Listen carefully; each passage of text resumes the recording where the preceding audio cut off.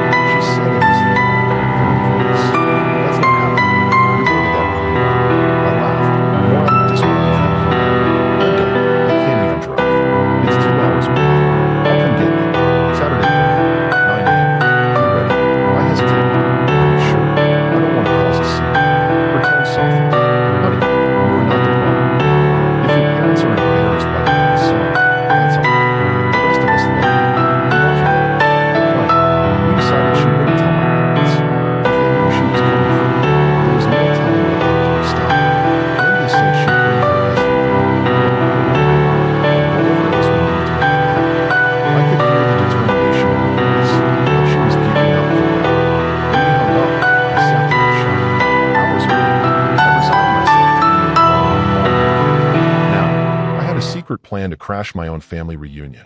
For the first time in days, I felt something that wasn't sadness or anger. I felt hope. The fallout begins. That hope lasted until Friday evening. Apparently, Linda didn't keep the truth entirely under wraps. She called my grandparents to let them know I wasn't sick and that she'd be bringing me. They were furious, not at me, but at my parents. And somewhere between those calls, word got back to Mom and Dad. I was in the kitchen when my dad stormed in, face red, phone in hand. "You just had to tell everyone, didn't you? You've humiliated us." I stared at him. All I did was tell the truth. "If that makes you look bad, maybe think about why." He didn't like that answer. Mom came in, crying, saying I'd betrayed the family. I reminded her that they lied to everyone, and to me, first. The showdown. Finally, I said it. "I'm going to the reunion. Aunt Linda is picking me up, and you don't have to be involved." My dad froze, like he couldn't believe I was openly defying him. My mom whispered something about me causing a scene, and I snapped. "The only scene here is everyone finding out what you try to do to me." They didn't say much after that. Dad stormed off. Mom followed. Within an hour, they'd left the house early for the reunion, leaving me alone, but more determined than ever. Tomorrow at 9 a.m., Aunt Linda will be here. And this time, I'm not letting anyone erase me.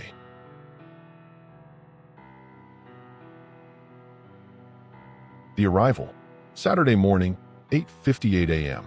I was ready, dressed, packed, and sitting in my wheelchair near the front door like a soldier waiting for deployment. My overnight bag was beside me, stuffed with clothes, toiletries, and maybe a little extra courage. When Aunt Linda's SUV rolled into the driveway, she didn't just pull up casually. She parked like she was on a rescue mission. The door swung open and she hopped out in a bright turquoise blouse, big sunglasses, and the kind of smile that made you believe things might actually turn out okay. "Ready to make some people very uncomfortable?" she joked, winking. I laughed for the first time in days. The road to freedom. We loaded my bag and wheelchair into her SUV. She'd brought a portable ramp and even rearranged the back to make more space. The first 30 minutes of the drive were filled with light chatter, mostly her telling funny family stories to keep me from overthinking. But as we got closer, my stomach started nodding. "What if it's awkward?" I asked quietly. She glanced at me. "It might be, but you're not going there to make it easy for your parents. You're going to see your family." The farmhouse. 2 hours later, we turned down the long gravel driveway leading to my grandparents' farmhouse. The big white house came into view, surrounded by cars and the sound of laughter carrying through the summer air. Linda parked, walked around to my side, and helped me down the ramp. For a split second, I froze. My last memory here was running barefoot across that yard.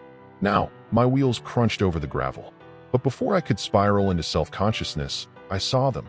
2 of my teenage cousins jogging toward me. "Dude, you're here," one of them shouted. They helped guide me across the yard, chatting like nothing had changed. The welcome. As we approached the backyard, I heard it. Cheering, actual clapping, and whistles. My grandparents, aunts, uncles, and cousins all turned to greet me. Grandpa came forward first, wrapping his arms around me without hesitation. "Glad you made it, kiddo." Grandma's eyes were wet as she cupped my face and kissed my forehead. "You look wonderful." One by one, relatives came to hug me, shake my hand, or just say they were happy I was there. For the first time since the accident, I didn't feel like the guy in the wheelchair. I just felt like part of the family, the ones who didn't come over. Out of the corner of my eye, I spotted them, my parents, standing under the patio, watching. My mom's eyes were red, my dad's face unreadable. They didn't move toward me, and honestly, I didn't care, because everywhere else I looked, I saw smiles, open arms, and people who were genuinely happy I was there. For the first time in months, I felt welcome. The first hour, the first few minutes after arriving felt surreal. Everywhere I turned, someone was coming up to hug me, crack a joke, or pull me into a conversation about how long it's been. The real surprise? The kids. The curiosity of little cousins. At first, my younger cousins, the ones under 10, hovered at a distance, whispering to each other like I'd turned into some mysterious superhero with high-tech gear. Finally, one of them, my 10-year-old cousin Jake, marched up to me and blurted out, "Does it go fast?" I grinned. "Want to find out?" 5 minutes later, the backyard had turned into a makeshift racetrack. Two of my cousins took turns pushing me across the grass, while another cousin raced, Aunt Linda, who had plopped herself into a spare wheelchair she'd borrowed from her church. The adults laughed, shaking their heads, and I caught a few pulling out their phones to record the madness. If this was what my parents were so afraid of, children laughing and playing, they were even more wrong than I thought. The food and the feels. Grandma called everyone to the big picnic tables set up under the oak tree. The smell of barbecue filled the air, grilled chicken, ribs, corn on the cob, and the potato salad my aunt swears is famous, even though it never leaves the family yard. Before we ate, Grandma stood up for a short toast. She talked about family, about how grateful she was to see everyone together again. And then she paused, looked right at me, and said, "And I'm especially thankful we have all of our grandchildren here today." Her voice cracked on all, and I swear I had to look away for a moment so no one would see me blink back tears. The silent standoff. Through all of this, my parents stayed on the edges. They spoke to others, helped set out plates, but didn't come near me. I could feel their eyes on me occasionally, like they were waiting for me to break down, or maybe for someone else to comment on the tension. But no one did. Instead, my cousins sat on either side of me, asking me about my rehab, my hobbies, my favorite new shows. It was normal. And God, I'd missed normal. The porch meeting. It happened mid-afternoon, after lunch, when the heat started to settle and people drifted into smaller groups. My grandma, in her no-nonsense voice, quietly told my parents, "Come with me." Then she turned to me. "You too, sweetheart." We ended up on the wide front porch, joined by Aunt Linda, Uncle Rob, and Grandpa. The moment we were all there, Grandpa started. "What on earth were you thinking? You owe your son an apology." My parents both froze. My mom's face crumpled instantly into tears. My dad just stared at the floorboards. Grandma didn't soften. "You will not exclude family because of appearances. Not in my house. Not in my family." And for the first time, my parents had to look me in the eye. Face to face.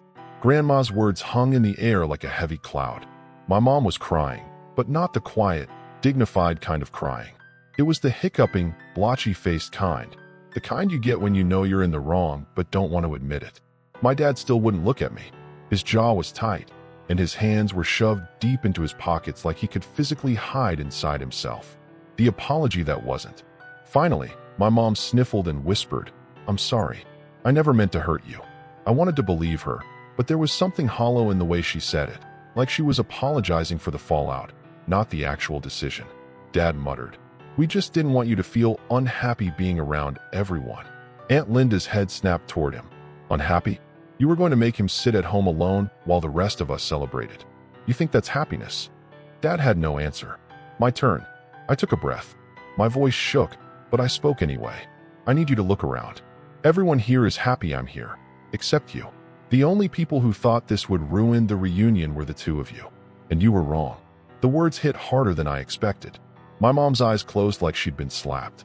My dad finally looked at me, just for a second, and then dropped his gaze again. The shift. Grandpa cleared his throat. "We're done talking about this. He belongs here. Always." It was like a switch flipped. The tension that had been clinging to the air all morning started to loosen. People drifted back into the yard, and the sound of laughter began to creep back in. My parents? They didn't follow right away. They lingered on the porch, whispering to each other, before quietly slipping away later that evening, claiming Mom wasn't feeling well. No grand goodbye, just gone. The photo. Before they left, though, Grandma made sure I was front and center for the annual family photo.